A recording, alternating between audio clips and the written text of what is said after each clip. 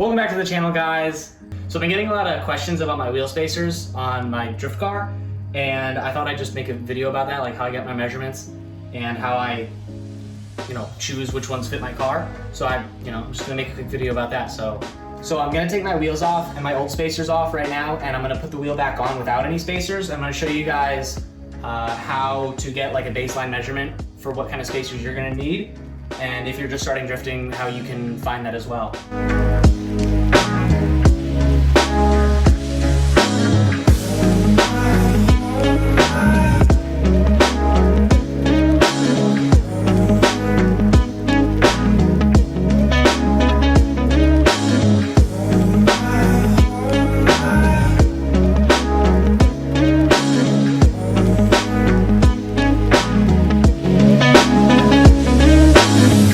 Look at this, you could literally fit like a whole hand in there. Can you believe that they made this stock, like from the factory?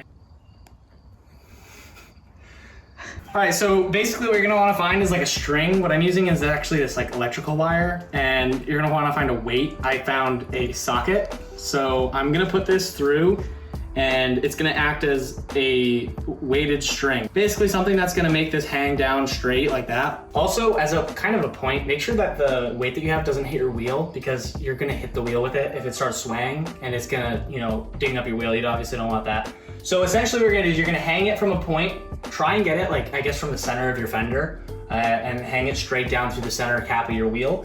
And basically all you're gonna do is, while this string is perfectly flush with your actual lip of your fender, you can actually take a ruler, put it right to whatever point on the wheel you want, and get a pretty accurate measurement of exactly how far out you want it to go. So what I'm getting is about, what is that, two and a quarter, about, maybe slightly over 2 1/4.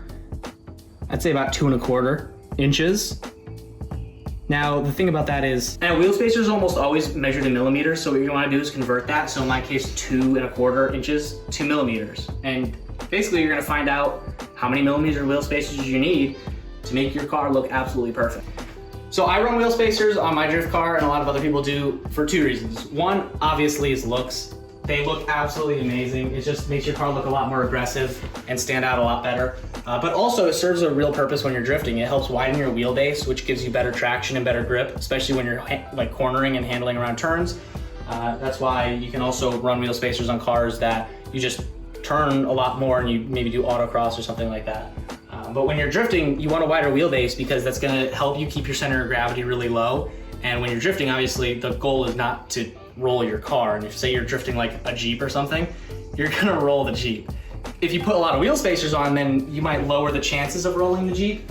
But really, it's all comes down to the factor of how many wheel spacers you have. So in the end, wheel spacers, generally in my opinion, do make a significant difference. I've actually noticed handling increases like tenfold when I run spacers versus when I'm not running spacers.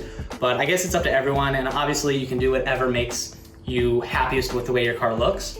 I just prefer the look of something like this, where the tire is basically perfectly flush with the end of the fender here. I think that looks pretty aggressive. You can see a little bit of camber here. I don't want too much, because it's also a street car, and I don't want to wear the tires out too much, but it's perfect for drifting. So that's enough talking. Let's get back to spacing some wheels.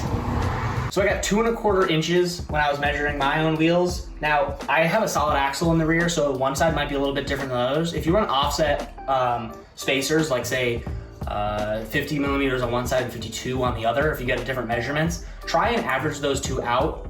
It may be a little weird, but you don't really want to run totally offset. I mean, you could, I guess, but I don't recommend it. Also, it's a waste of money, because usually they're sold in pairs. So I got 2 1/4, so you can basically plug that into Google and wherever you want and get a millimeter measurement.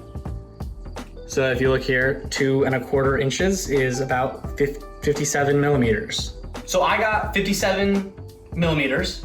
So for me, I couldn't find any 57 exact millimeter wheel spacers. However, if you do a little bit of math, you know that 25 plus 32, you get 57. So here together, I'm running double spacers in the rear. I'm running 57, 25 and 32, which makes 57 millimeters on my wheel spacers, which is a giant, massive boy right here, giant wheel spacer. It's okay to run stacked. It's okay, just as long as they're strong. do what you want, I guess. But also one last thing, make sure you know your measurements. Make sure you know your bolt pattern, the thread pitch, and also your center bore. I have a wheel spacer here that I bought that wasn't the right center bore, it was a lot bigger. And so what you can run is, if you look in the middle here, you can see there's like a black ring along the inside. And basically that's called a hub-centric ring. If you were to run this spacer without this hub-centric ring in it, it's gonna basically put a lot more stress on your lug nuts. And if you're doing some track use or labor-intensive use at all, you're gonna be putting a little too much and you actually run a more serious risk of snapping lug nuts off your car, which is very bad, so don't do that. So your wheel spacers, whether you get a pack of 2 or a pack of 4 of them or more, are gonna usually come with these little Acorn lug nuts. And what they are, they differ from probably your stock lug nuts as the point where they don't have a cover basically. A lot of stock lug nuts will have covers for, I guess, aesthetic purposes. I don't really know why. I don't like them as much. They tend to swell on me and I always have to basically rip them off and cut them off.